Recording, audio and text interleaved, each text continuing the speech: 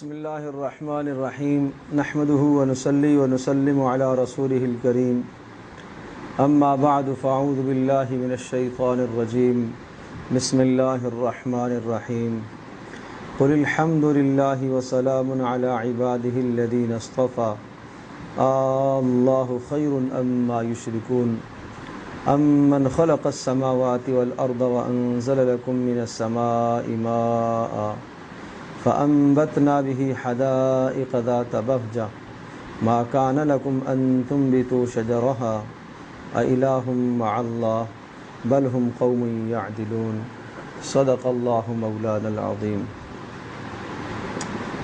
20ویں سپارے کے شروع میں سورۃ النمل کا کچھ حصہ ہے۔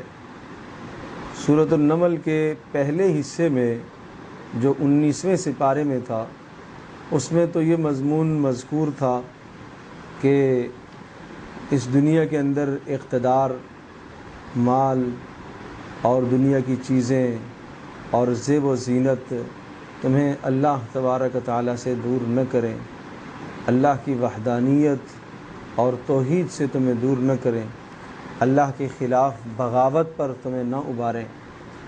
حضرت سلیمان علیہ السلام کا تذکرہ تھا، داؤد علیہ السلام کا تذکرہ تھا کہ باوجود سلطنت اور بادشاہت اور دنیا کی ہر چیز اور ہر ساز و سامان کے باوجود بھی انہوں نے اللہ کا شکر ادا کیا اور اللہ تبارک و تعالیٰ کی وحدانیت اور توحید کے قائل رہے، اور اللہ پاک کی وحدانیت اور توحید کو لوگوں تک پہنچاتے رہے، اور جب بھی کوئی نعمت ملتی تو اس نعمت کے نتیجے میں یہ کہتے کہ یہ اللہ کا فضل ہے، یہ اللہ کا احسان ہے۔ تو سورۃ النمل کا جو حصہ 20ویں سپارے میں ہے، اس میں اللہ تبارک و تعالیٰ کی قدرت کے دلائل ہیں کہ وہ اللہ غالب قدرت والا ہے، وہ چاہے جس کو چاہے اقتدار دے اور جس کو چاہے ذلت دے، جس کو چاہے عزت دے، عزت اور ذلت کے فیصلے اس کے اختیار میں ہیں، اور ساتھ ساتھ اللہ تبارک و تعالیٰ مرنے کے بعد دوبارہ بھی اٹھانے کی قدرت رکھتا ہے۔ تمہیں موت دینے کے بعد اللہ پاک تمہیں پھر سے اٹھائے گا، اس پر دلائل دیے۔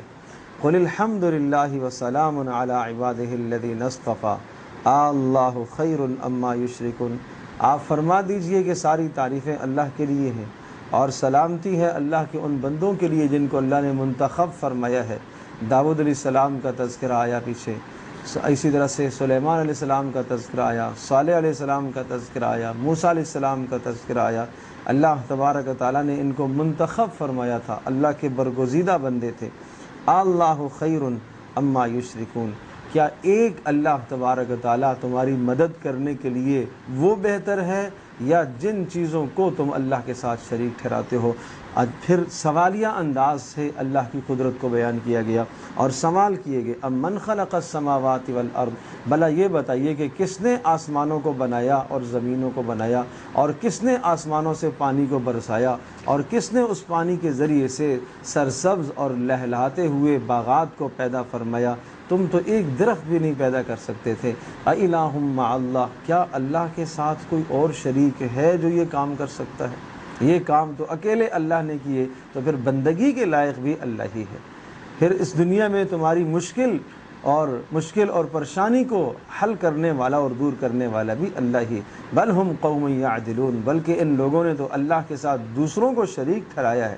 امن جعل الارض قرارا، بھلا یہ بتائیے کہ کس نے زمین کو قرار دیا ہے، کس نے زمین کے درمیان میں نہروں کا نظام چلایا ہے، کس نے زمین کے اندر پہاڑوں کو مضبوط پہاڑوں کو گاڑا ہے، اور کس نے میٹھے اور کھارے پانی کے درمیان میں پردے حائل فرمائے؟ کیا اللہ کے سوا کوئی اور ہے یہ کام کرنے والا؟ امن یجیب المضطر، بھلا یہ بتاؤ کہ جب کوئی آدمی شدید اضطراب میں ہوتا ہے، پریشانی کی کیفیت میں ہوتا ہے اور سب سے امید توڑ بیٹھتا ہے، اس وقت جو اللہ کو پکارتا ہے اور اللہ پاک اس کی پریشانیوں کو دور کرتا ہے، کیا اللہ کے سوا کوئی اور ہے ایسا کرنے والا؟ امن یہدیکم فی ظلمات البر والبحر، بھلا بتاؤ جب تم خشکیوں میں یا سمندروں میں راستے بھول جاتے ہو تو تمہیں کون راستے دکھاتا ہے؟ جس طرح سے اللہ تمہیں اس دنیا میں راستے دکھاتا ہے اور راستے کے اسباب اللہ پاک نے پیدا فرمائے ہیں، اسی طرح سے اللہ پاک نے ہدایت کے راستے بھی اس دنیا کے اندر ایک نظام رسولوں کا مقرر فرمایا، ان رسولوں کے ذریعے سے تمہیں ہدایت دیتا ہے۔ وَمَن يُرْسِلِ الرِّيَاحَ بُشْرًا بَيْنَ يَدَيْ رَحْمَتِهِ، بھلا یہ بتاؤ کہ بارشوں سے پہلے کون ہوائیں چلاتا ہے جو تمہارے لیے خوشخبریوں کا ذریعہ بنتی ہیں؟ کیا اللہ کے سوا کوئی اور یہ کام کر سکتا ہے؟ تعالی اللہ عما یشرکون، اللہ بلند و بالا ہے اس شرک سے جو اللہ کے ساتھ یہ شریک کرتے ہیں۔ امن یبدأ الخلق ثم یعیدہ، بتاؤ کس نے پہلی بار مخلوق کو پیدا کیا، کون دوبارہ پیدا کرے گا؟ بتاؤ کون آسمان سے تمہیں روزیاں کھلاتا ہے؟ کیا اللہ کے سوا کوئی ہے؟ اگر ہے ہاتوا برہانکم ان کنتم صادقین، ان سے کہہ دیجئے اگر اللہ کے ساتھ کوئی شریک ہے تو دلیل لے آؤ۔ قل لا يعلم من في السماوات والارض الغیب الا اللہ، آسمان اور زمین کا علم سارا اللہ کے پاس ہے، اللہ پاک کا علم بھی کامل، اس کی قدرت بھی کامل۔ یہ یوں کہتے ہیں کہ جب ہم ریزہ ریزہ ہو جائیں گے، مٹی ہو جائیں گے، ذرے ہو جائیں گے، کیا ہمیں دوبارہ اٹھایا جائے گا؟ کیوں نہیں، ضرور اٹھایا جائے گا۔ قل سیروا فی الارض فانظروا کیف کان عاقبۃ المجرمین، آپ دیکھیے زمین میں، چلیے پھریے اور گزشتہ اقوام کے حالات کو دیکھیے، کھنڈرات کو دیکھیے اور ان سے عبرت حاصل کیجئے۔ یہ پوچھتے ہیں کہ عذاب کب آئے گا؟ انہیں بتا دیجئے بہت جلدی آنے والا ہے۔ ہاں، اللہ تبارک و تعالیٰ فضل فرمانے والا ہے کہ وہ عذاب میں تاخیر کیے ہوئے ہے، تمہیں اس نے مہلت دی ہوئی ہے۔ باقی رسول پاک صلی اللہ علیہ وسلم کو پھر تسلی ہے، انک لا تسمع الموتى ولا تسمع الصم الدعاء اذا ولوا مدبرین، جو آدمی کانوں سے بہرا ہو چکا ہے، عقل سے فارغ ہو چکا ہے، اس کی مثال اندھے کی سی ہے، اس کی مثال بہرے کی سی ہے۔ جو اندھا ہو بھلا، جو بہرا ہو، اس کو کون راہ دکھا سکتا ہے؟ تو اسی طرح سے قرآن مجید سے جو لوگ بہرے بن جاتے ہیں اور ہدایت رسول سے، نبی علیہ الصلوۃ والسلام کی تعلیمات سے جو بہرے بن جاتے ہیں، انہیں آپ ہدایت نہیں دے سکتے۔ اور پھر آخرت کے مناظر ذکر فرمائے، وَيَوْمَ يُنفَخُ فِي الصُّورِ فَفَزِعَ مَن فِي السَّمَاوَاتِ وَمَن فِي الْأَرْضِ إِلَّا مَن شَاءَ اللَّهُ، جس دن سور پھونکا جائے گا، آسمان اور زمین میں جتنے بھی رہنے والے ہیں سب پر فنا ہے، سب پر موت ہے، اور سب کے سب اللہ کے سامنے جمع ہوں گے۔ وَتَرَى الْجِبَالَ تَحْسَبُهَا جَامِدَةً وَهِيَ تَمُرُّ مَرَّ السَّحَابِ، اور یہ پہاڑ جو بلند و بالا پہاڑ اور مضبوط اور زمین کی تہوں تک ان کی جڑیں پہنچی ہوئی ہیں، قیامت کے اندر یہ پہاڑ بھی ذروں کی طرح یہ گردش کرنے لگیں گے۔ صنع اللہ الذی اتقن کل شیء، کیا ہی اللہ کی مضبوط ترین تخلیق ہے، لیکن یہ مضبوط تخلیق بھی قیامت کے دن جب اللہ چاہے گا اسے توڑ دے گا۔ ضابطہ اللہ کے ہاں یہ ہے، من جاء بالحسنۃ فلہ خیر منہا، جو ایک نیکی کرے گا اس نیکی کا بدلہ اس کو اس سے بہتر دیا جائے گا۔ وَهُم مِّن فَزَعٍ يَوْمَئِذٍ آمِنُونَ، اور قیامت کی گھبراہٹ سے محفوظ رہیں گے۔ وَمَن جَاءَ بِالسَّيِّئَةِ فَكُبَّتْ وُجُوهُهُمْ فِي النَّارِ، اور جس کے گناہ غالب آگے اس کو اوندے منہ جہنم میں گرا دیا جائے گا، اور ان سے کہہ دیا جائے گا هَلْ تُجْزَوْنَ إِلَّا مَا كُنتُمْ تَعْمَلُونَ، یہ تمہارے اعمال کا بدلہ ہے جو تم دنیا میں کیا کرتے تھے۔ آخری فیصلہ کن بات آپ ان کو سنا دیجئے، میرا کام ہے قرآن کی تلاوت کر کے احکام پڑھ کے تمہیں سنانا۔ جو ہدایت حاصل کرے گا وہ اپنے لیے کرے گا، اور جو گمراہی اختیار کرے گا وہ گمراہی کا وبال خود ہی پائے گا۔ وَقُلْ إِنَّمَا أَنَا مِنَ الْمُنذِرِينَ، میرا کام ڈرانا ہے، سمجھانا ہے، میں نے سمجھا دیا۔ وَقُلِ الْحَمْدُ لِلَّهِ، اور آپ کہہ دیجئے ساری تعریفیں اس اللہ کے لیے ہیں۔ سَيُرِيكُمْ آيَاتِهِ فَتَعْرِفُونَهَا، وہ اپنی نشانیاں تمہیں دکھاتا رہے گا، اور ان نشانیوں کو دیکھو اور تم اللہ کی قدرت کو پہچانو۔ اور یاد رکھنا، اللہ تمہارے اعمال سے بے خبر نہیں ہے، اللہ تمہارے اعمال سے غافل نہیں ہے۔ اس کی جانب سے ڈھیل کا دینا یہ معنی ہرگز نہیں ہے کہ اللہ تبارک و تعالیٰ تمہیں پکڑے گا نہیں، سخت عذاب آئے گا۔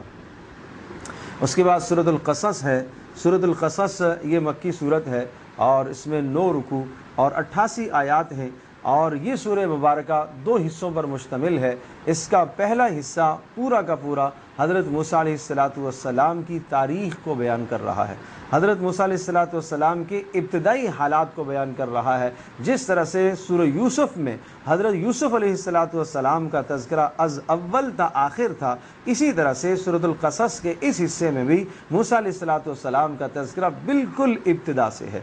اور مضمون اس سورہ مبارکہ کا یہ ہے کہ ہم ہمیشہ کمزوروں کو اوپر لاتے ہیں۔ اہل ایمان کو تسلیاں دی جا رہی ہیں کہ اگر مکی زندگی کے اندر آپ کمزور ہو، آپ مشرکین کے مظالم کا شکار ہیں، آپ تحمل کریں، آپ صبر کریں۔ اللہ تبارک و تعالیٰ کا وعدہ ہے کہ اللہ پاک کمزوروں کو بالآخر غالب کرتا ہے، ایمان والوں کو اللہ پاک غلبہ عطا کیا کرتا ہے۔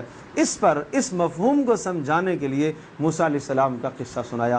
ہاں یہ بات ضرور ہے کہ اللہ تبارک و تعالیٰ نے اس دنیا کو دارالاسباب بنایا ہے، یہ نہیں کہ آج تم نے اللہ کے سامنے درخواست کی ہے اور آج ہی فوری کی فوری تمہاری مدد ہو جائے۔ مدد اللہ کی آئے گی، کچھ وقت لگے گا، دنیا دارالاسباب ہے۔ اللہ تبارک و تعالیٰ جب حجت اللہ کے یہاں پوری ہو جاتی ہے اور مشرکین کو ڈرانے کی، کافروں کو سمجھانے کی اور ظلم کی، ظالموں کی انتہا کی حجت جب پوری ہو جاتی ہے تو پھر اللہ کی طرف سے مدد کے فیصلے ہوتے ہیں۔ اس لیے موسیٰ علیہ السلام کا قصہ سنایا، تدریجاً اللہ پاک نے بنی اسرائیل کی کیسے مدد فرمائی، اور بڑے عجیب انداز سے طاسیم میم تلک آیات الکتاب المبین، یہ آیات ہیں ایک واضح روشن کتاب کی آیات ہیں۔ نتلو علیک من نبأ موسیٰ، ایک نئے انداز سے اس واقعے کو ذکر فرمایا، تسلی دینے کے لیے اہل ایمان کو، رسول پاک صلی اللہ علیہ وسلم کو، اور انہیں سمجھانے کے لیے کہ دیکھو اللہ کی طرف سے مدد آتی ہے لیکن وقت کے بعد، صبر تحمل سے کام لو۔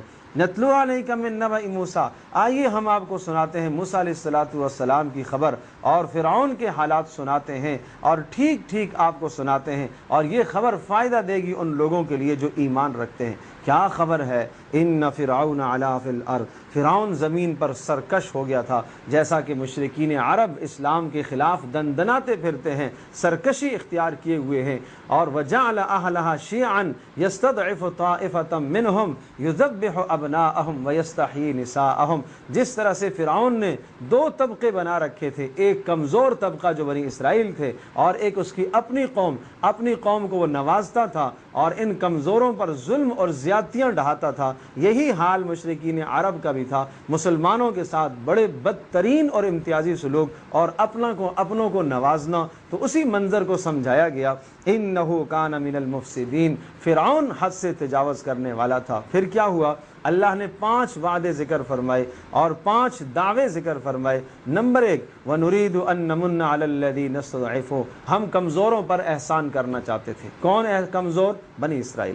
نمبر 2، وَنَجْعَلَهُمْ أَئِمَّةً، ہم ان کو امام بنانا چاہتے تھے، پیشوا اور راہبر رہنما بنانا چاہتے تھے۔ نمبر 3، وَنَجْعَلَهُمُ الْوَارِثِينَ، ہم ان کو ارض مصر کی وراثت دینا چاہتے تھے، ان کو حکومت دینا چاہتے تھے۔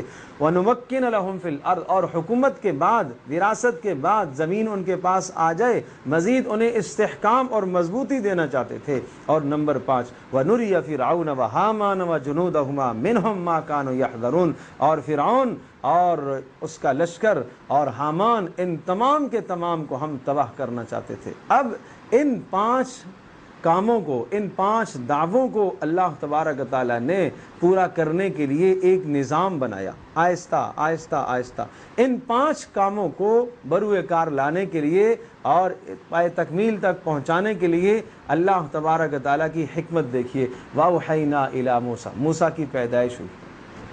ان 5 کاموں کو عروج تک، ان 5 وعدوں کو، دعووں کو انتہا تک پہنچانے کے لیے کیا ہوا؟ موسیٰ علیہ السلام کی پیدائش ہوئی۔ ایک دم اللہ پاک کر سکتا تھا کہ فرعون کو تباہ کر سکتا تھا، کمزوروں کو اللہ اوپر لا سکتا تھا، لیکن دنیا دارالاسباب ہے۔ سمجھایا جا رہا ہے کہ یہ وقت آہستہ آہستہ تدریجاً اس طرح سے اللہ کی طرف سے مدد کے اسباب پیدا ہوتے ہیں۔ موسیٰ علیہ السلام پیدا ہوئے، پھر والدہ محترمہ نے موسیٰ علیہ السلام کے حوالے سے یہ ڈر محسوس کیا کہیں فرعون قتل نہ کر دے۔ اللہ نے موسیٰ علیہ السلام کی والدہ کو حکم دیا کہ ایک صندوقچے میں بند کرو اور دریا کے سپرد کر دو، اور اسے اٹھائے گا کون؟ جو اس کا دشمن ہے، میرا دشمن ہے، یعنی فرعون اسے اٹھائے گا۔ اور چنانچہ موسیٰ علیہ السلام فرعون کے محل میں پہنچ گئے، وہاں تربیت کا سلسلہ شروع ہوا۔ اللہ نے واپس والدہ کی طرف بھی لایا، اور والدہ فرعون کے محل میں جا کر تربیت کر رہی اور دودھ پلا رہی اور دکھا رہی اور اپنے گھر میں لے آتی۔ یہ اللہ کا احسان تھا۔ اور وَلَمَّا بَلَغَ أَشُدَّهُ وَاسْتَوَىٰ آتَيْنَاهُ حُكْمًا وَعِلْمًا، موسیٰ علیہ السلام جوانی کو پہنچے، اللہ نے فہم اور فراست اور علم عطا فرمایا، اور پھر موسیٰ علیہ السلام 30 سال یہاں رہنے کے بعد پھر مدین چلے گئے۔ اور 10 سال پھر مدین رہ کر آئے اور پھر وہاں سے شادی بھی ہوئی اور واپس آئے تو واپسی پر اللہ پاک نے نبوت سے سرفراز فرمایا اور کہا کہ جاؤ جا کے اب فرعون کو سمجھاؤ۔ تو وہ 5 جو اللہ نے وعدے فرمائے تھے ابھی اس میں سے کوئی بھی پورا نہیں ہوا۔ 40 سال گزر گئے، موسیٰ علیہ السلام کا بچپنا بھی آیا گیا، جوانی بھی آ گئی، اور اب موسیٰ علیہ السلام کو نبوت بھی مل گئی۔ اور مدین کا ایک قصہ یہاں بڑا اہم ہے جو قابل ذکر ہے۔ موسیٰ علیہ السلام جب مدین پہنچے، وَلَمَّا تَوَجَّهَ تِلْقَاءَ مَدْيَنَ قَالَ عَسَىٰ رَبِّي أَن يَهْدِيَنِي سَوَاءَ السَّبِيلِ۔ اور بھئی یہاں یہ بات بھی سمجھنے کی ہے کہ ظاہری جو سبب بنا موسیٰ علیہ السلام کا مدین کی طرف جانے کا کہ ایک قبطی کا قتل تھا موسیٰ علیہ السلام کے ہاتھوں ہوا، غیر ارادی طور پر قتل ہو گیا تھا، اور اس لیے موسیٰ علیہ السلام مصر چھوڑ کر چلے گئے تھے مدین کی طرف۔ لیکن یہ تو ایک اسباب ہیں، اللہ تبارک تعالیٰ نے یہ نظام بنانا تھا، موسیٰ علیہ السلام کو مدین بھیجنا تھا اور حضرت شعیب کے پاس ان کو رہنا تھا، اور پھر وہاں بکریاں چرا کر ایک امت کی تربیت کی مشق حاصل کرنی تھی اور پھر واپس آنا تھا۔ یہ اللہ پاک کی ایک تقدیر کا فیصلہ تھا، یہ ایسی اتفاقی معاملہ نہیں ہے، یہ اللہ کی تقدیر کا ایک فیصلہ ہے۔ خیر جب مدین میں پہنچے تو موسیٰ علیہ السلام نے دیکھا کہ ایک کنواں ہے اور اس کنویں پر لوگ اپنے جانوروں کو پانی پلا رہے، اور 2 بچیاں کنارے پر کھڑی ہیں لڑکیاں، اور ان سے پوچھا ما خطبکما، تم کیوں یہاں کھڑی ہو، اپنے جانوروں کو پانی کیوں نہیں ملاتی؟ قالتا لا نسقی حتی یصدر الرعاء وابونا شیخ کبیر۔ ان دونوں نے اپنا سبب بیان کر دیا کہ ہم کیوں گھر سے باہر نکلی ہیں۔ اول تو ہمیں نہیں نکلنا چاہیے تھا، لیکن ابونا شیخ کبیر، ہمارے والد بہت بوڑھے ہیں، ہمارے گھر میں کوئی یہ کام کاج کرنے والا ہے نہیں، اس لیے مجبوری تھی ہم آ گئیں، اور اس وقت تک ہم مجمع میں نہیں گھستی، مردوں کے مجمع میں ہم نہیں جا سکتی حتی یصدر الرعاء، جب تک چرواہے اپنے جانوروں کو پانی پلا کر وہاں کنارے نہ ہو جائیں۔ یہ بڑی اہم بات ہے۔ اس واقعے کو اللہ پاک نے کیوں ذکر فرمایا؟ ایک عورت کی عفت اور پاک دامنی کا تقاضا یہ ہے کہ وہ مردوں کے ساتھ اختلاط نہ کرے، وہ مخلوط مجمع کے اندر نہ داخل ہو۔ عورت کا نظام الگ ہے، نظام زندگی الگ ہے، مرد کا نظام زندگی الگ ہے، وہ مردوں کے شانہ بشانہ ہر جگہ نہ، یعنی عفت اور پاک دامنی کا لحاظ رکھا جائے۔ فَسَقَىٰ لَهُمَا ثُمَّ تَوَلَّىٰ إِلَى الظِّلِّ، موسیٰ علیہ السلام نے ان کے جانوروں کو، ان لڑکیوں کے جانوروں کو پانی پلایا اور اللہ سے دعا مانگی، رب انی لما انزلت الی من خیر فقیر، اے اللہ میں مصر سے یہاں آ گیا ہوں، اب مجھے یہاں ٹھکانا بھی چاہیے، مجھے کھانے کے اسباب بھی چاہیے، مجھے رہائش کے اسباب بھی چاہیے، اے اللہ جو بھی تو دے گا میں اس کا محتاج ہوں۔ یہ موسیٰ علیہ السلام کی دعا تھی۔ فَجَاءَتْهُ إِحْدَاهُمَا تَمْشِي عَلَى اسْتِحْيَاءٍ، قرآن پھر اس عورت کی بات کو نقل کرتا ہے اور اس کے چلنے کے انداز کو قرآن نقل کرتا ہے کہ ان 2 جوان بچیوں میں سے، لڑکیوں میں سے ایک آئی اور تمشی علی استحیاء، مکمل حیا بن کر چل رہی تھی۔ یہ عورت کا کام ہے کہ جب وہ اگر اپنی مجبوری کے لیے، اپنی ضرورت کے لیے گھر سے باہر نکلتی ہے تو حیا کا پیکر بن کر چلے۔ اور قالت، تو ایک تو اس کا عمل نقل کیا کہ کس طرح سے چل رہی تھی، دوسرا اس کا قول نقل کیا، ان ابی یدعوک، میرے ابا آپ کو بلا رہے ہیں، کیوں؟ لیجزیک اجر ما سقیت لنا، جو آپ نے ہمارے جانوروں کو پانی پلایا ہے وہ اس کی اجرت دینا چاہتے ہیں۔ بس 2 لفظوں میں مخصوص سمجھا دیا، کوئی لمبی بات نہیں۔ پتہ چلا کہ ایک عورت کو غیر محرم سے اگر بات کرنے کی نوبت آئے تو ایسے بات کرنی ہوتی ہے۔ فلما جاءہ وقص علیہ القصص، موسیٰ علیہ السلام نے کوئی تفصیل نہیں پوچھی، کسی قسم کی کوئی بات نہیں پوچھی۔ یہ ایک نیک اور پاک دامن مرد کا یہ طریقہ ہوا کرتا ہے کہ وہ غیر محرموں سے بات کرنے سے اجتناب کرتا ہے۔ فلما جاءہ وقص علیہ القصص قال لا تخف نجوت من القوم الظالمین، جب آئے تو ان بیٹیوں کے والد نے سارے احوال ان کے سامنے بیان کر دیے، اور موسیٰ علیہ السلام نے ان کے سامنے سارے احوال بیان کر دیے، میرے ساتھ یہ معاملہ ہوا، کہا اب غم نہیں کرو، اب اللہ کی طرف سے آپ کے اوپر مہربانیاں ہوں گی۔ قالت احداہما یا ابت استاجر، تو ایک نے کہا ان جوان لڑکیوں میں سے، اے بجان اس کو آپ اجرت پر رکھ لے، ان خیر من استاجرت القوی الامین، اس لیے کہ اجرت پر جس کو رکھا جاتا ہے وہ طاقتور بھی ہونا چاہیے، امانت دار بھی ہونا چاہیے، اور طاقت تو ہم نے اس کی دیکھ لی ہے کہ کنویں میں وہاں جو پتھر تھا، کئی لوگ جس کو پیچھے کر کے اپنے جانوروں کو پانی پلاتے تھے، اکیلے سے پیچھے کر لیا۔ اور ہمیں گھر کے کام کاج کے لیے ایک انسان، ایک آدمی چاہیے، مزدور چاہیے، اور یہ طاقتور بھی ہے اور امین بھی ہے کہ راستے میں اس نے نظر بھی نہیں اٹھائی ہے، یہ ہمارے گھر کا امانت دار بھی ہوگا۔ تو قال انی اريد ان انکحک احدی ابنتی ہاتین علی ان تاجرنی ثمانیہ حجج. خیر حضرت شعیب نے کہا کہ میں اپنی ایک بیٹی کا نکاح بھی آپ سے کرانا چاہتا ہوں، آپ کو ہمارے پاس اتنا وقت رہنا پڑے گا. خیر 10 سال کا وقت حضرت شعیب کے پاس مدین میں رہے، اور اس کے بعد جب مدین یہ 10 سال پورے ہو گئے، 40 سال کا زمانہ ہو گیا موسیٰ علیہ السلام کا، تو پھر اللہ پاک نے موسیٰ علیہ السلام کو حکم دیا اب مصر کی طرف آنے لگے. راستے میں اپنی اہلیہ بھی ساتھ تھی، اور راستے میں اللہ پاک نے نبوت سے سرفراز فرمایا اور 2 معجزات عصا اور ید بیضا، ان 2 معجزات کا مشاہدہ بھی کرایا. اور پھر موسیٰ علیہ السلام کی درخواست پر ہارون علیہ السلام کو بھی اللہ پاک نے ساتھ کر دیا اور کہا جاؤ جا کے فرعون کو سمجھاؤ. اس کی تفصیل پیچھے سورہ طٰہٰ کے اندر بھی آ چکی ہے.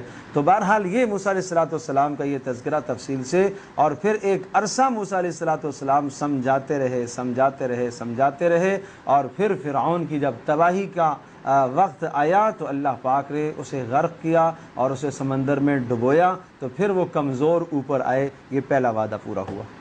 اور اسی طرح سے پھر دشمن تباہ ہوا، یہ وعدہ بھی پورا ہوا. اور ارض مصر کی خلافت، ارض مصر کی وراثت اللہ تبارک تعالیٰ نے عطا فرمائی.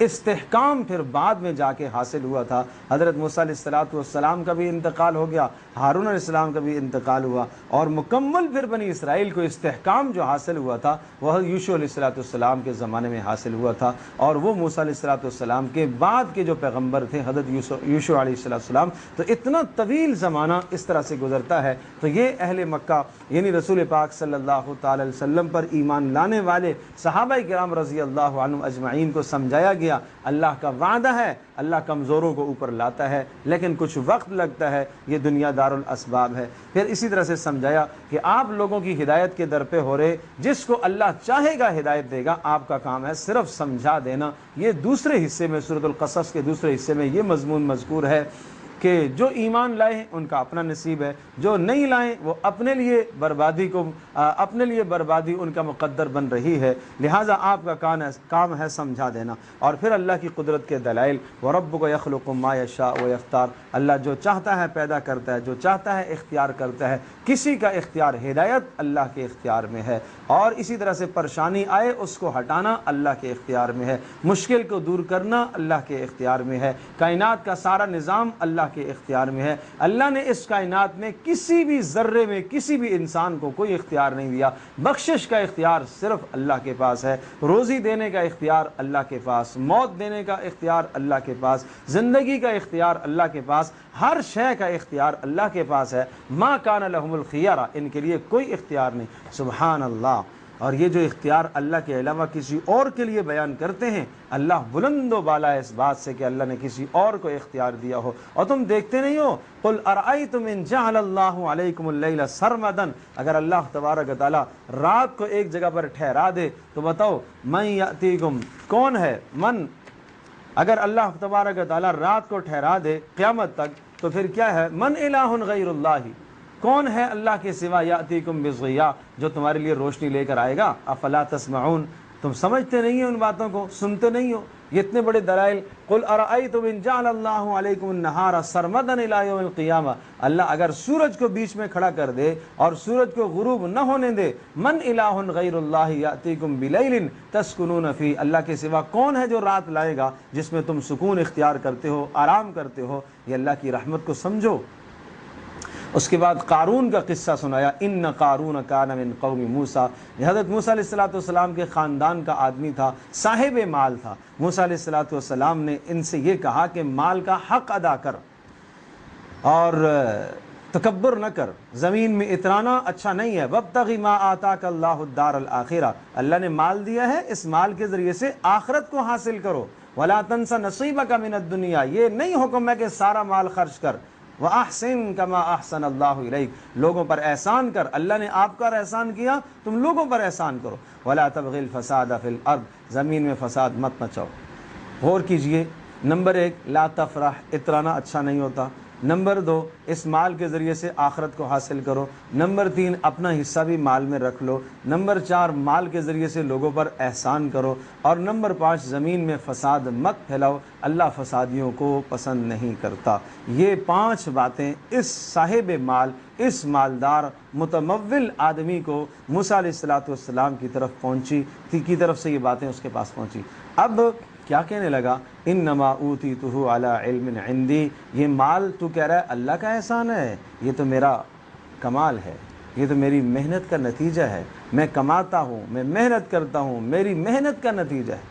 آج کا بھی صاحب مال اگر یہ جذبہ رکھتا ہے، یہ سوچتا ہے کہ یہ میرا کاروبار، یہ میری محنت کا نتیجہ ہے، یہ میرا کاروبار میرا ہے، یہ میری صلاحیت ہے، اللہ کی طرف اسے نہ لے کے جائے، اسے اللہ کا فضل نہ سمجھے، تو اس کی بھی وہی سوچ ہے جو قارون کی سوچ ہے۔ یہ سوچ نہیں ہونی چاہیے۔ مسلمان آدمی اسے جو بھی نعمت ملتی ہے وہ یوں کہا کرتا ہے یہ میرے اللہ کا فضل ہے، یہ میرے اللہ کا احسان ہے۔ ہوا پھر کیا؟ اولم یعلم، اس بات کو نہیں جانتا کہ کتنے اس سے پہلے تباہ اور برباد ہو چکے؟ اور ایک دن فخرج علی قومہ فی زینتی، اور اپنے مال اور زیب و زینت کے ساتھ نکل رہا تھا، تو جن لوگوں کو دنیا کی ہوس تھی جن کے دلوں کے اندر، انہوں نے کہا ہائے کاش ہمیں بھی ایسے مال ملے جیسے قارون کو ملا۔ اہل ایمان نے کہا اللہ کے بندو یہ کیا باتیں تم کر رہے ہو، ویلکم ثواب اللہ خیر لمن آمن وعمل صالحا، ایمان جو شخص لایا، اعمال صالحہ جس کی زندگی میں ہے، وہ مال سے کہیں زیادہ بہتر ہے۔ اچانک فخسفنا به وبدارہ الارض، اللہ پاک نے قارون کو مال سمیت اور اس کے لشکر سمیت زمین میں دھنسا دیا۔ قرآن کہتا ہے فما کان لہ من فئۃ ینصرونہ من دون اللہ، آج کوئی بھی اس کی مدد کرنے والا نہیں تھا، اور جنہوں نے گزشتہ کل للچائی نظروں سے دیکھا تھا اور انہوں نے یوں کہا تھا ہائے کاش ہمیں بھی ایسا مال مل جائے، آج وہ نادم اور شرمندہ ہو گئے کہ ہاں ہمیں اب بات سمجھ میں آئی ہے کہ مال انسان کو ہلاکت سے نہیں بچا سکتا، دنیا کا اقتدار نہیں بچا سکتا۔ تلک الدار الآخرہ نجعلها للذین لا یریدون علوا، ہم آخرت اس کو دیں گے جو اس دنیا کے اندر تکبر نہ کرے، جو فسادی نہ ہو، اور بہتر انجام تو نیکوکاروں کا ہوتا ہے۔ ان الذی فرض علیک القرآن، رسول پاک صلی اللہ علیہ وسلم کو پھر تسلی دی، جس پروردگار نے آپ پر قرآن نازل کیا ہے، لرادک الی معاد، ایک وقت آئے گا اللہ آپ کو واپس مکہ میں لوٹائے گا۔ چنانچہ رسول پاک صلی اللہ علیہ وسلم کو اللہ پاک نے ہجرت کا حکم دیا، اور پھر جب مکہ فتح ہوا تو آپ علیہ السلام واپس آئے، اور یہ حال اسی طرح سے ہوا۔ موسیٰ علیہ السلام کو مصر سے جانا پڑا مدین، اور بالآخر اللہ پاک نے موسیٰ علیہ السلام کو واپس لوٹایا۔ اور الف لام میم احسب الناس ان یترکوا ان یقولوا آمنا وهم لا یفتنون، اس کے بعد سورۃ العنکبوت ہے۔ الف لام میم احسب الناس ان یترکوا ان یقولوا آمنا وهم لا یفتنون، یہ سورۃ العنکبوت ہے۔ اور سورۃ العنکبوت کا مضمون اور موضوع یہ ہے کہ اہل ایمان پر اس دنیا میں مصائب آئیں گے اور آتے رہیں گے، گزشتہ اقوام پر بھی آئے ہیں، اور جو اہل ایمان تھے ان پر بھی سخت سے سخت مصائب آئے، یہاں تک کہ انبیاء پر بھی آئے۔ اشد البلاء الانبیاء ثم الامثل ثم الامثل، سب سے زیادہ مصائب اس دنیا میں نبیوں پر آیا کرتے ہیں، پھر جو نبیوں کے قریب ہوتا ہے ان پر، پھر جو اور قریب ہوتا ہے ان پر، تو سب سے زیادہ مصائب تو انبیاء پر آتے ہیں۔ یہ اس وقت کی بات ہے، یہ مکی دور کی بات ہے کہ جب مشرکین نے رسول اکرم صلی اللہ علیہ وسلم پر ایمان لانے والے صحابہ کرام رضی اللہ عنہم اجمعین پر مصائب کے پہاڑ توڑنا شروع کر دیے، اور انتہا ہو گئی۔ جو شخص ایمان لاتا اور اسے دوپہر کی تپتی دھوپ میں لٹا دیا جاتا اور اس کے اوپر پتھر رکھ دیے جاتے، اور اسی طرح سے انگاروں کو جلا کر اس کے اوپر انہیں لٹا دیا جاتا، اور لوہے کی سلاخیں گرم کر کے جسموں کے ساتھ لگائی جاتی، داغے جاتے، کسی نہ کسی طرح سے یہ ایمان سے پھر جائے، کسی نہ کسی طرح یہ اسلام کو چھوڑ دیں اور محمد صلی اللہ علیہ وسلم کا کلمہ چھوڑ دیں۔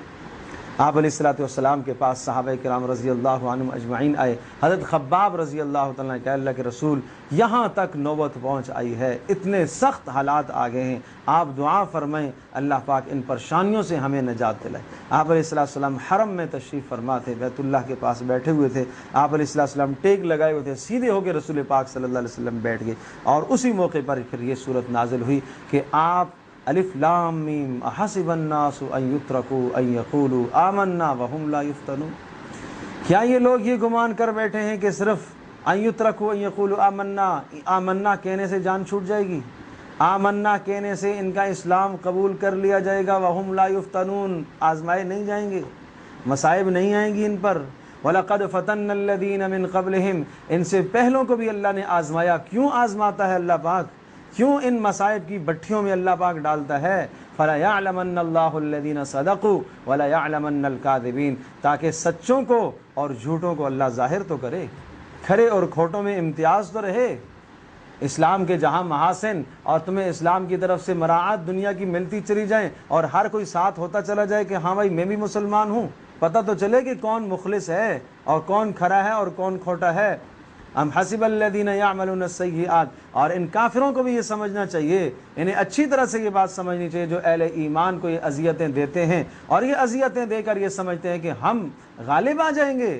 ساء ما یحکمون، بڑا برا فیصلہ ہے تمہارا، بڑی بری سوچ ہے، بڑی غلط سوچ ہے تمہاری کہ تم ان مسلمانوں پر مصائب کے پہاڑ ڈھا کر تم غالب آ جاؤ گے۔ نہیں، جتنا تم ان کو دباؤ گے، اسلام کو جتنا دباؤ گے، یہ ابھرتا ہے، یہ پستی کو پسند نہیں کرتا، یہ علو چاہتا ہے، یہ بلندی چاہتا ہے، یہ ارتفاع چاہتا ہے۔ من کان یرجو، تسلی دی، من کان یرجو لقاء اللہ، اللہ سے ملاقات کی امید ہے، اللہ کی ملاقات آنے والی ہے، صبر کرو، اللہ کی مدد بھی آنے والی ہے اور تمہیں اس ایمان پر تمہیں اجر ملے گا۔ ومن جاہد فانما یجاہد لنفسہ، اور جو مشقت برداشت کرے گا اپنے لیے کرے گا۔ والذین آمنوا وعملوا الصالحات، ایمان لائے اچھے اعمال کیے، ہم ان کے گناہوں کو دھو دیں گے اور ہم ان کو اس دنیا سے بہت بہتر اجر عطا کریں گے۔ اچھا، کس حد تک ہم مصائب کو برداشت کریں؟ یہاں تک نوبت آ گئی، سعد رضی اللہ تعالی عنہ مسلمان ہوئے، والدہ نے کہا کہ سعد تو مسلمان ہو گیا ہے، محمد کا کلمہ تو نے پڑھ لیا، میں کھانا پینا چھوڑ دوں گی اور میں بھوک کی حالت میں مر جاؤں گی اور لوگ تجھے ماں کا قاتل کہیں گے۔ ٹھیک ہے، مصائب کے وہ پہاڑ تو نہیں ہے، لیکن ایک اکلوتے بیٹے کے لیے یہ بھی بات بڑی مشکل ہے۔ سعد کے لیے بات بڑی مشکل تھی، ماں سے بے پناہ محبت کرنے والے، کہ ماں یہ کہہ رہی ہے کہ میں مر جاؤں گی، نہ کھاؤں گی نہ پیوں گی اور لوگ تجھے ماں کا قاتل کہیں گے، کیا میں یہ تکلیف برداشت کر لوں؟ تو اس پر یہ آیت نازل ہوئی۔ وَإِن جَاهَدَاكَ، تو اللہ پاک نے حکم دیا ماں باپ کے ساتھ حسن سلوک کرو، لیکن اگر ماں باپ تمہیں اللہ کی نافرمانی کا حکم دے، فَلَا تُطِعْهُمَا، ہرگز ان کی اطاعت نہیں کرنی، تمہیں میرے پاس آنا ہے اور تمہیں تمہارے اعمال کا بدلہ دیا جائے گا۔ سعد نے کہا اللہ کے اے اماں، آپ چاہے کھائیں نہ کھائیں، میرے سامنے ایک نہیں 100 جانیں آپ کی نکل جائیں، جب بھی میں محمد صلی اللہ علیہ وسلم کا کلمہ اب نہیں چھوڑ سکتا۔ تو سعد کی استقامت نے ماں کے دل کو بدل دیا، یہ سعد کی استقامت نے ماں کے دل کو بدل دیا، ماں بھی مسلمان ہوگی۔ اچھا مجھے دکھاؤ تو صحیح وہ کیسا دین ہے۔ پھر فرمایا وَمِنَ النَّاسِ مَن يَقُولُ آمَنَّا بِاللَّهِ، کچھ لوگ اس دنیا میں آمنا کہتے ہیں ہم ایمان لائے، لیکن جب ان کو اوپر ایذائیں آتی ہیں، تکلیفیں آتی ہیں، تو ان تکلیفوں کو ایسا سمجھتے ہیں جیسا اللہ کا عذاب ہے۔ بھائی یہ تکلیفیں آتی ہیں یہ تمہارے درجات بلند کرنے کے لیے۔ وَلَئِن جَاءَ نَصْرٌ مِّن رَّبِّكَ لَيَقُولُنَّ إِنَّا كُنَّا مَعَكُمْ، مدد آئے تو کہتے ہیں ہم بھی تمہارے ساتھ ہیں، مراعات لینے کے لیے آگے آگے چلتے ہیں، اور جب مصائب آتے ہیں تو ایک دم سے پریشان ہو جاتے ہیں، دین چھوڑنا شروع کر دیتے ہیں۔ یہ کیسی بات ہے؟ فَلَيَعْلَمَنَّ اللَّهُ الَّذِينَ آمَنُوا وَلَيَعْلَمَنَّ الْمُنَافِقِينَ، اللہ اچھے اور بروں میں تمیز کرے گا۔ اب اس مضمون کو سمجھانے کے لیے کہ مصائب آتے رہیں گے اور مصائب پہلے بھی آئے ہیں، اور حضرت نوح علیہ السلام کا قصہ سنایا کہ حضرت نوح علیہ السلام پر دیکھو نا کیسے مصائب آئے، 950 برس اس نبی نے تبلیغ کی، اور یہاں اس لیے تصریح کے ساتھ وَلَقَدْ أَرْسَلْنَا نُوحًا إِلَىٰ قَوْمِهِ فَلَبِثَ فِيهِمْ أَلْفَ سَنَةٍ إِلَّا 50 عَامًا، 950 سال کی تصریح اس لیے کی، اور اختصار سے حضرت نوح علیہ السلام کا قصہ سمجھا۔ یہاں قوم کے سوال و جواب بہت زیادہ نہیں ہے، یہاں یہ سمجھانا ہے کہ 950 برس انہوں نے کیسی تکلیفیں برداشت کی، بس اتنی بات۔ فَأَخَذَهُمُ الطُّوفَانُ وَهُمْ ظَالِمُونَ فَأَنجَيْنَاهُ وَأَصْحَابَ السَّفِينَةِ، نوح اور نوح کے ماننے والوں کو اللہ نے نجات دی اور ان کو اللہ پاک نے دوسروں کے لیے نشان بنایا۔ پھر ابراہیم علیہ السلام کا قصہ کہ انہوں نے بھی کس طرح سے توحید کی بات سمجھائی لوگوں کو، اور کیسے سخت حالات آئے اور کیسی مخالفتیں آئیں کہ لوگوں نے ابراہیم علیہ السلام کو آگ میں ڈالا، یہاں تک مصائب آئے، یہ سب انہوں نے برداشت کیے، تمہیں بھی برداشت کرنے پڑیں گے۔ فَمَا كَانَ جَوَابَ قَوْمِهِ إِلَّا أَن قَالُوا اقْتُلُوهُ وَحَرِّقُوهُ، کیا جواب ملا حضرت ابراہیم علیہ السلام کی دعوت پر؟ ان کو یہ جواب تھا کہ ابراہیم کو قتل کر دو یا اس کو جلا دو۔ فَأَنجَاهُ اللَّهُ مِنَ النَّارِ، اللہ نے مدد کی ہے۔ تو یہاں دونوں طبقوں کو سمجھایا جا رہا ہے، اہل ایمان کو بھی کہ یہ مصائب آتے رہیں گے، اور اہل کفر کو بھی یہ سمجھایا جا رہا ہے کہ تم مصائب کے پہاڑ ڈھا کر تم یہ سمجھو کہ ہم غالب آ جائیں گے، ایسا نہیں ہے۔ اللہ تبارک و تعالیٰ نے نوح علیہ السلام کی بھی مدد فرمائی، ابراہیم علیہ السلام کی بھی مدد فرمائی، پھر حضرت لوط علیہ السلام کا قصہ کہ ان کو کس قدر پریشانیوں سے گزرنا پڑا اور قوم کے کیا جوابات تھے۔ فما کان جواب قوم الا ان قالوا ائتنا بعذاب اللہ ان کنت من الصادقین، اے لوط لے وہ عذاب جس کا تو ہم سے وعدہ کرتا ہے، تو لے عذاب۔ ایسے ایسے سخت حالات آئے، ایسی تلخیاں قوم کی طرف سے آتی رہیں، لیکن انبیاء علیہ السلام نے یہ سارے حالات برداشت کیے اور خوب استقامت کے ساتھ اللہ کے پیغام کو پہنچاتے رہے۔ حضرت مدین، حضرت شعیب علیہ السلام کا واقعہ ہے، اس کو بھی اختصار کے ساتھ فقال یا قوم اعبدوا اللہ وارجوا اليوم الآخرہ ولا تعثوا فی الارض مفسدین۔ حضرت شعیب علیہ السلام نے کہا اللہ کی بندگی کرو اور قیامت پر ایمان لاؤ اور زمین میں تم فساد مت پھیلاؤ۔ چنانچہ شعیب علیہ السلام کو انہوں نے جھٹلایا، اللہ پاک نے ان کو بھی نیست و نابود کر دیا۔ اور قوم عاد، قوم سمود اور اسی طرح سے قارون اور فرعون اور حامان، ان سب کے تذکرے کر کے کہا فَكُلًّا أَخَذْنَا بِذَنبِهِ، اے مکہ والو، مسلمانوں کو ستانے والو سن لو اس بات کو، قیامت تک آنے والے مسلمانوں کو بلا وجہ ستانے والے سن لو، فَكُلًّا أَخَذْنَا بِذَنبِهِ، ہم ان ظالموں کو پکڑتے ہیں، فَمِنْهُمْ مَنْ أَرْسَلْنَا عَلَيْهِ حَاصِبًا، بعضوں پر ہم آسمانوں سے عذاب کے کوڑے برساتے ہیں اور بعضوں کو چیخوں نے پکڑا ہے، وَمِنْهُمْ مَنْ خَسَفْنَا بِهِ الْأَرْض، اور بعضوں کو ہم نے زمین میں دھنسایا ہے، وَمِنْهُمْ مَنْ أَغْرَقْنَا، اور بعضوں کو ہم نے سمندروں میں ڈبویا ہے، وَمَا كَانَ اللَّهُ لِيَظْلِمَهُمْ، اللہ ظلم نہیں کرتا، یہ خود اپنے اوپر ظلم کرتے ہیں۔ اور آخر میں ایک مثال سمجھائی کہ اللہ کے علاوہ تمہارا اعتماد کسی پر بھی ہو، کسی پر، مال پر، اقتدار پر، برادری پر، کنبے پر، قبیلے پر، اپنے علم پر، اپنے نفس پر، اپنی ذہانت پر، کسی پر، بتوں پر، کسی پر بھی تمہارا بھروسہ اگر اللہ کے سوا ہے، وہ بھروسہ ایسا ہے جیسے مکڑی کا جالا ہے۔ مکڑی کا جالا جیسے کمزور ہوتا ہے، جیسے ایک ہوا کا جھونکا آتا ہے وہ سارا کا سارا گر جاتا ہے، تباہ ہو جاتا ہے، بالکل اسی طرح سے اگر تم نے اللہ کے علاوہ کسی اور پر اعتماد کیا کہ ہم فلاں کو اپنے ساتھ لیں گے تو ہم بچ جائیں گے، ہم کامیاب ہو جائیں گے، یہ اعتماد اگر تم نے کسی پر کیے تو پھر یہ اعتماد تمہارے بڑے کچے اعتماد ہیں۔ سب سے مضبوط اعتماد وہ ہے جو اللہ کی ذات عالی پر ہے، وَهُوَ الْعَزِيزُ الْحَكِيمُ، وہ غلبے والا ہے، ہاں مدد ایک وقت کے بعد کرتا ہے۔ وَتِلْكَ الْأَمْثَالُ نَضْرِبُهَا لِلنَّاسِ، اور یہ مثالیں ہم کھول کھول کے لوگوں کے لیے بیان کرتے ہیں، اہل علم ان مثالوں کو سمجھتے ہیں، اور آسمان و زمین کو سارا کچھ اللہ نے بنایا ہے بالحق، حق کو ظاہر کرنے کے لیے، اور ان سب میں نشانیاں ہیں ایمان والوں کے لیے۔ اللہ پاک ہم سب کے لیے سمجھنا عمل کرنا آسان۔